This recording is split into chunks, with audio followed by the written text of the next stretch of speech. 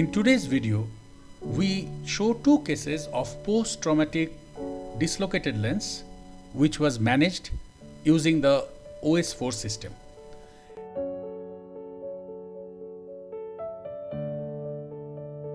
This was a 24-year-old young boy who got hit in his eye while playing cricket. As you can see, the lens was partially dislocated posteriorly. So we initiate surgery by doing an anterior vitrectomy and freeing the lens from the remaining jonular attachments.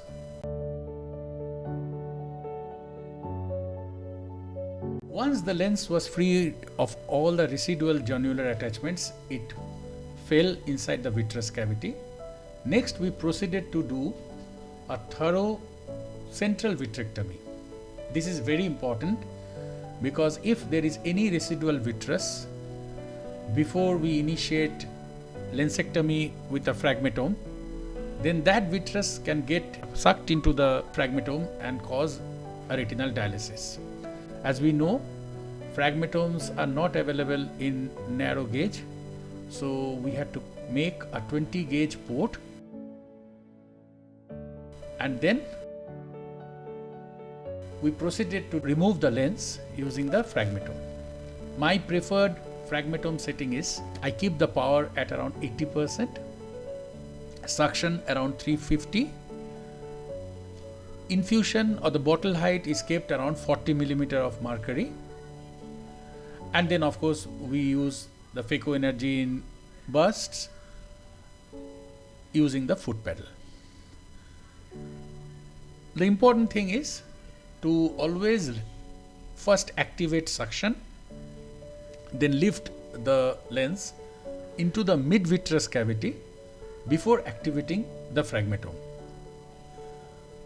This way, we can avoid inadvertently aspirating any vitreous into the fragmatome tip with the phacoemulsification on, because that can drag the vitreous and lead to retinal dialysis.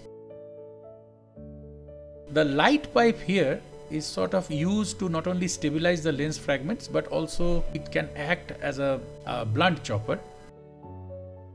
The important thing is that you have to be very patient while using the fragmatome.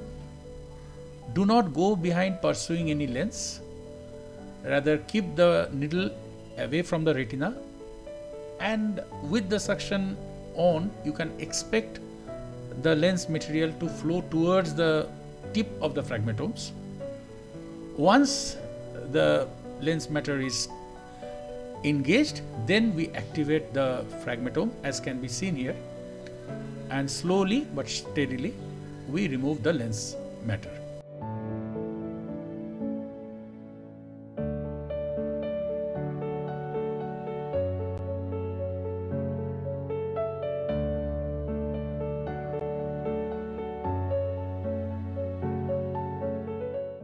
So with that, this first case went off well.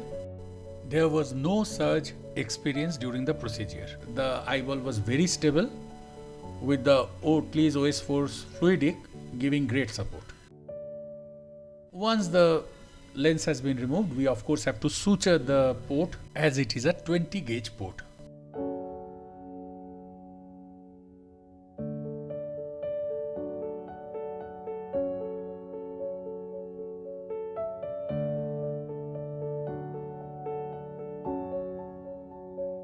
So the second case was a 32-year-old female who unfortunately got injured due to a domestic violence case.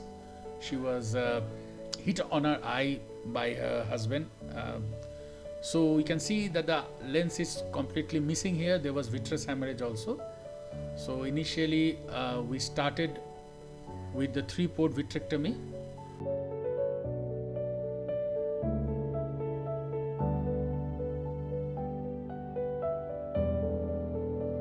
After the anterior vitreous had been removed and the central vitrectomy or core vitrectomy had been done, we located the lens lying on the retina. So initially I tried to do the lensectomy with the cutter itself, but because of the hard nucleus, I could remove the epinucleus with the cutter, but I realized that removing the nucleus as such with the cutter would be difficult.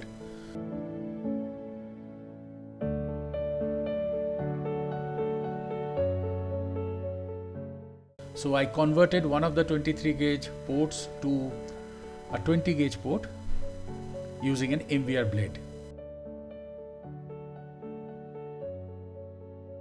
Next, using a Fragmatome, I proceeded to remove the rest of the nucleus. OS4's Fragmatome is really very powerful. Its ability to hold the nucleus is really awesome, that makes the whole surgery much safe.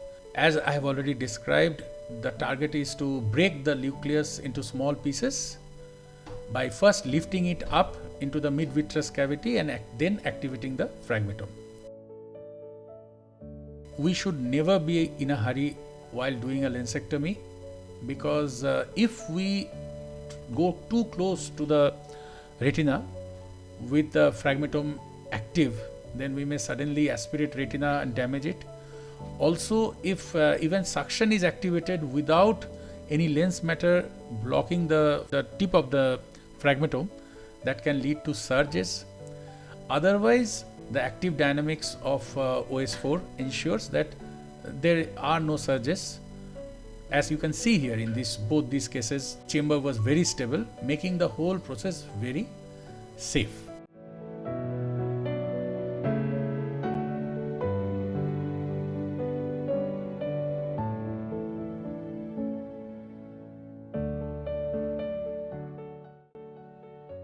So today I have shown two cases, both post-traumatic dislocated lens, which were successfully managed using the Fragmatome of Oatley's OS4 system.